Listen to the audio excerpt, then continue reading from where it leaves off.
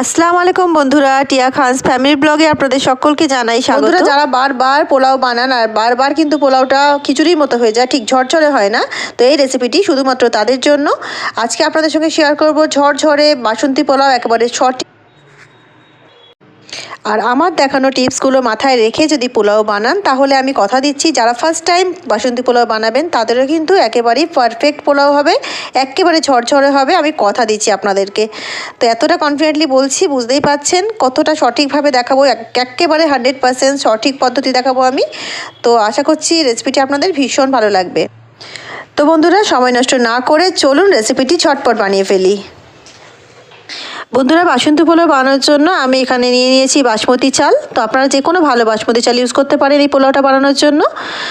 তো আমি এখানে প্যাকেট চাল নিয়েছি, আপনারা এখানে লুজ চালও নিতে পারেন, তাতে কোনো অসুবিধা নেই, চালটা ভালো হলেই হবে। আর বন্ধুরা, আমি এখানে একটা বাটি নিয়ে নিয়েছি, দেখুন এই বাটিটার মাপে আমি কিন্তু চাল দেব, আর এই বাটিটার মাপেই কিন্তু আমি জলও দেবো। তো কতটা পরিমাণে জল দিচ্ছি, কতটা পরিমাণে চাল নিচ্ছি, সেটা দেখতে হলে কিন্তু আমার সঙ্গে থাকতে হবে এবং রেসিপিটি পুরো দেখতে হবে। তো দেখুন আমি এখানে চাল নিয়ে নিচ্ছি।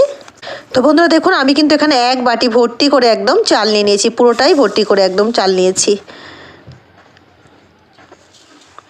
এবারে এই চালটাকে ভালো করে ধুয়ে নেব, ধুয়ে আর আধ ঘন্টার জন্য এটাকে জলে ভিজিয়ে রাখবো। আর তারপরে পোলাওটা কীভাবে বানাবো দেখাবো আপনাদেরকে। তো চলুন চালটাকে প্রথমে ধুয়ে আর ভিজিয়ে রাখি আধ ঘন্টা। তো বন্ধুরা, চালটাকে ধুয়ে আধ ঘন্টা ভিজিয়ে রেখেছিলাম, এখন আধ ঘন্টা হয়ে গেছে, জলটাকে ঝরিয়ে নিয়েছি। তো চালটাকে আমরা একটু ম্যারিনেট করে নেব। আর বন্ধুরা, এটা কিন্তু খুব ইম্পর্টেন্ট পার্ট, অবশ্যই লক্ষ্য রাখুন। তো দেখুন আমি এখানে 1 চামচ হলুদ গুঁড়ো দিয়ে দিলাম, 1 চামচ আদা বাটা দিচ্ছি বন্ধুরা, আর এখানে 1 চামচ মতো ঘি দিয়ে দিচ্ছি। এই 3টে জিনিস কিন্তু বাসন্তী পোলাওতে একদম মাস্ট লাগে, বানাতে গেলে কিন্তু এটা ইউজ করতেই হবে, একদম পারফেক্ট বাসন্তী পোলাও বানাতে গেলে। তো এটাকে ভালো করে মিক্স করে নেব। তো আপনারা হাতের সাহায্যে মিক্স করতে পারেন, আমি চামচের সাহায্যে মিক্স করে নিচ্ছি।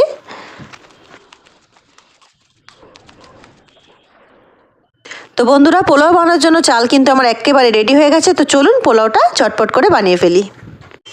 তো বন্ধুরা, পোলাও বানানোর জন্য আমি গ্যাস অন করে কড়া চাপিয়ে দিয়েছি আর নিয়ে নিচ্ছি অল্প একটু সাদা তেল। তো খুব বেশি তেল লাগে না কিন্তু বন্ধুরা, তো আমি অল্প সাদা তেল নিয়ে নিলাম। আর এখানে নিয়েছি 1 চামচ ঘি। তো এই যে চামচটা দেখতে পাচ্ছেন, 1 টেবিল স্পুন এখানে ঘি আমি অ্যাড করে দিলাম। তো বন্ধুরা, তেল আর ঘিটা গরম হয়ে গেছে, এর মধ্যে দিয়ে দিচ্ছি আমি ড্রাই ফ্রুটস। এখানে আমি কাজু, কিশমিশ আর আমন্ড ইউজ করেছি, আপনারা আপনাদের পছন্দের যে কোনো ড্রাই ফ্রুটস ইউজ করতে পারেন। তো এগুলোকে ভাজা করে লাল লাল করে বেশ আর তুলে রাখবো প্রথমে। তো বন্ধুরা দেখুন, ড্রাই ফ্রুটসগুলো কিন্তু ভাজা হয়ে গেছে, তুলে নিচ্ছি। তো এরকম সুন্দর বাদামি করে ভেজে নিতে হবে ড্রাই ফ্রুটসগুলো। তো বন্ধুরা, ড্রাই ফ্রুটসগুলো ভাজা করে নিয়েছি, এখন সাইডে রেখে দেবো এটা। আর এই যে অবশিষ্ট তেলটা আছে, এটাকে ব্যবহার করে নেব বন্ধুরা।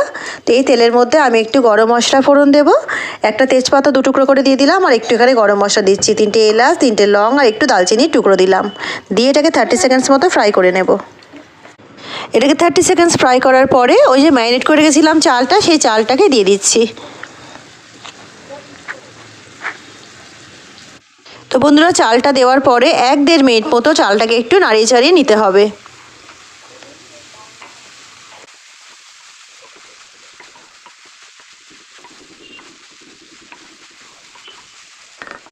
এক দেড় মিনিট চালটা ভাজা ভাজা করে নেওয়ার পরে বন্ধুরা, এই যে বাটিটায় চাল মেপেছিলাম সেই বাটিটা দেখতে পাচ্ছেন, তো পুরো এই বাটি ভর্তি করে আমি এর মধ্যে জল দিয়ে দেব।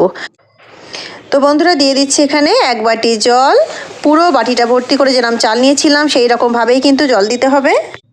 তো দিয়ে দিচ্ছি আর 1 বাটি জল। তো বন্ধুরা, আমরা 1 বাটি চাল নিয়েছিলাম আর আমরা এখানে দিলাম 2 বাটি জল। তো যে বাটিতে আপনারা চাল মাপবেন সেই বাটিতেই কিন্তু জলটাকে মাপবেন, তাহলে কিন্তু কখনোই জলের মাত্রাটা ভুল হবে না, একেবারে পারফেক্ট ঝরঝরে ভাতটা হবে। তো এইটা কিন্তু একেবারে লক্ষ্য রাখবেন বন্ধুরা, যখনই চাল মাপবেন যে বাটিতে মাপবেন তাতেই কিন্তু জলটা মাপবেন। আর দিয়ে দিচ্ছি এখানে স্বাদ মতো লবণ। লবণটা দেওয়ার পরে বন্ধুরা একটু মিক্স করে নেবেন, নিয়ে না এই জলটা চেখে দেখে নেবেন যে লবণটা ভাতে হয়েছে কি না, সেটা চেখে দেখলেই বুঝতে পারবেন। জলে যদি লবণ ঠিকঠাক হয় তাহলে মনে করবেন যে ভাতেও লবণ ঠিকঠাকই হবে, এটা নিয়েও কিন্তু কোনো কনফিউশন নেই। তো বুঝতেই পারছেন কতটা ইজি এইভাবে পোলাও বানানো। তো বন্ধুরা সব কিছু দেওয়া হয়ে গেছে, এবার এটাকে ঢেকে দিচ্ছি। ঢেকে দিয়ে গ্যাসের ফ্লেমটাকে জোরে করে রাখছি। এখন কিন্তু গ্যাসের ফ্লেমটাকে লো করলে হবে না, যেহেতু ভাতটা সবেমাত্র বসালাম, সেই কারণে গ্যাসের ফ্লেমটা এখন 10 মিনিট মতন হাই ফ্লেমে রান্না করতে হবে। তো মিডিয়াম থেকে হাই ফ্লেম রাখতে হবে বন্ধুরা, রেখে এটাকে কুক করতে হবে। তো দেখুন যেই একটু ফোটন এসে গেছে চালটার মধ্যে, তখন একটু জাস্ট এটাকে ওপর নিচ করে মিলিয়ে দিতে হবে, যাতে সব দিকে চালটা সমানভাবে সেদ্ধ হয়। তো বন্ধুরা এটাকে আবারও ঢেকে দিচ্ছি। ঢেকে দিয়ে এটাকে আরও কিছুক্ষণ কুক করে নেব। মোটামুটি আমরা টোটাল কিন্তু 10 মিনিট মতো কুক করে নেব। আর গ্যাসের ফ্লেমটা কিন্তু জোরে রেখেই কুক করবেন। তো দেখুন বন্ধুরা 10 মিনিট পরে অনেকটাই কিন্তু হয়ে গেছে ভাতটা, আর অল্পখানি বাকি আছে। তো বন্ধুরা এই সময়ের মধ্যে দিয়ে দেবো চিনি। বাসন্তী পোলাও একটু মিষ্টি মিষ্টি হয়, তো যারা যেরকম মিষ্টি খেতে পছন্দ করেন সেই বুঝে চিনির পরিমাণটা দেবেন। খুব বেশি মিষ্টি আমি করছি না, হালকা মিষ্টি থাকবে এরকম পরিমাণে কিন্তু চিনিটা আমি এতে অ্যাড করছি। চিনিটা দেওয়ার পরে সুন্দর করে কিন্তু চালটাকে আলতো হাতে ওপর নিচ করে মিক্স করে নিতে হবে। আলতো হাতে মিক্স করবেন যেন চালগুলো ভেঙে না যায়।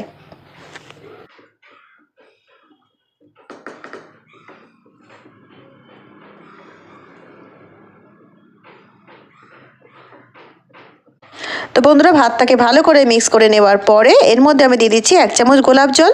তো অনেকে এখানটা কেওড়া জল ইউজ করে, আমি এখানে গোলাপ জল ইউজ করছি। কেওড়া জলের গন্ধটা একটু ডিপ লাগে আমার, সেই জন্য ওটা দিচ্ছি না। আর খুবই কম পরিমাণে কিন্তু এটা ইউজ করতে হবে, একেবারে কম পরিমাণে। তো আমি একদম 1 চামচই সব জায়গায় একটু একটু করে ছড়িয়ে দিলাম, ব্যাস এটাই এনাফ।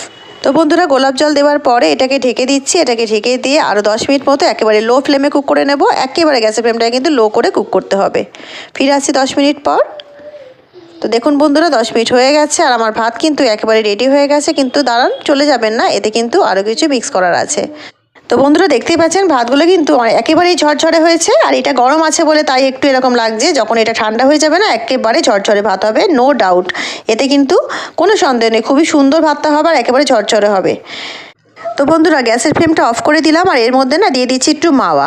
আমার ঘরে মাওয়া রাখা ছিল, সেই জন্য আমি ওপর থেকে একটু গার্নিশ করার জন্য দিচ্ছি। আপনাদের থাকলে দেবেন, না দিলেও কিন্তু কোনো অসুবিধা নেই, এটা স্কিপ করে যাবেন। তো আমি একটু মাওয়া দিয়ে গার্নিশ করে দিচ্ছি ওপরে। এটা খেতেও সুন্দর লাগে আর দেখতেও কিন্তু ভীষণ সুন্দর লাগে, সেই কারণে দিচ্ছি। থাকলে অবশ্যই ইউজ করবেন।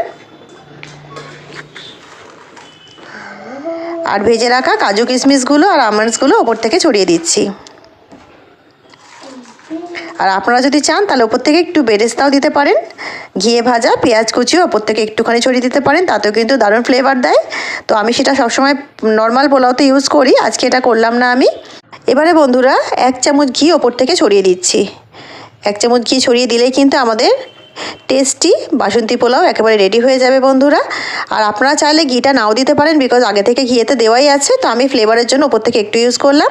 তো বন্ধুরা রেসিপিটি আপনাদের কেমন লাগলো অবশ্যই কমেন্ট করে আমাকে কিন্তু জানাবেন। আর বন্ধুরা এটা ঠান্ডা হলে একেবারে ঝরঝরে হয়ে যাবে। তো এইভাবে বাসন্তী পোলাও বানালে কিন্তু একেবারে সঠিক বাসন্তী পোলাও বানাতে পারবেন। তো বন্ধুরা রেসিপিটি কেমন লাগলো অবশ্যই কমেন্ট করে আমাকে জানাবেন। রেসিপিটি যদি আপনাদের ভালো লেগে থাকে অবশ্যই আমার চ্যানেলকে লাইক শেয়ার সাবস্ক্রাইব করে আমার সঙ্গে থাকবেন। দেখা হচ্ছে একটা অন্য নতুন রেসিপির সঙ্গে।